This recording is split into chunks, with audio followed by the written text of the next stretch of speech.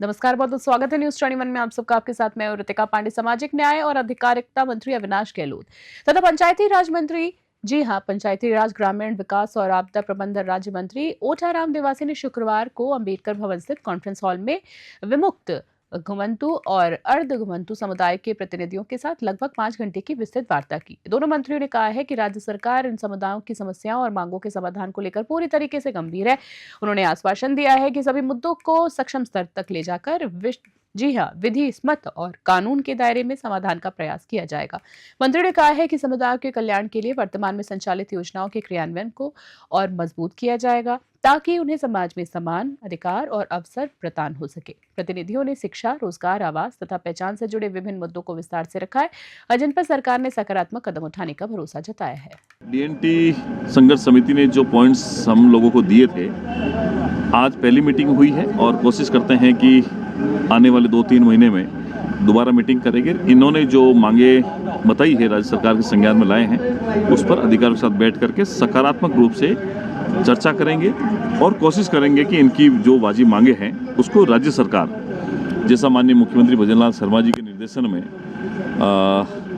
इनकी जो मांगों पर विचार किया जा रहा है, हम वो सब बड़ी बारीकी के साथ में टेक्निकल चीज़ें देख करके विधि सम्मत जो भी होगा उसको पूरा करने का प्रयास करेंगे। आज सबसे बड़ी खुशी की एक बात है कि सभी जातियों के लोगों की बात सुनी और सरकार ने बहुत गंभीरता से उनको लिया और सरकार की जो चर्चा थी जिसे उन्होंने सॉलिड किया कि हम खुद भी चाहते हैं कि इन जातियों को 10% आरक्षण अलग से मिले। उनकी खुद की भावना ये है कि ये जातियाँ वास्तव में जहाँ निवास कर रही है उनको अभी तक इनको अपना स्थायी घर पट्टा नहीं मिला है, तो स्थायी इनको पट्टा मिलना चाहिए। इन जातियों में बहुत सारे लोग कला, कल्चर, इन जातियों के आगे जो नामों की जो विसंगतियाँ हैं उनका अंदर भी उन्होंने कहा एक कमेटी बना के लोगों का सर्वे करके कुछ जातियाँ डीएनटी समाज से छूट गई है जिनको भी इन्होंने वापस जोड़ने के लिए कहा। 2 महीने का टाइम सरकार ने लिया क्योंकि हमने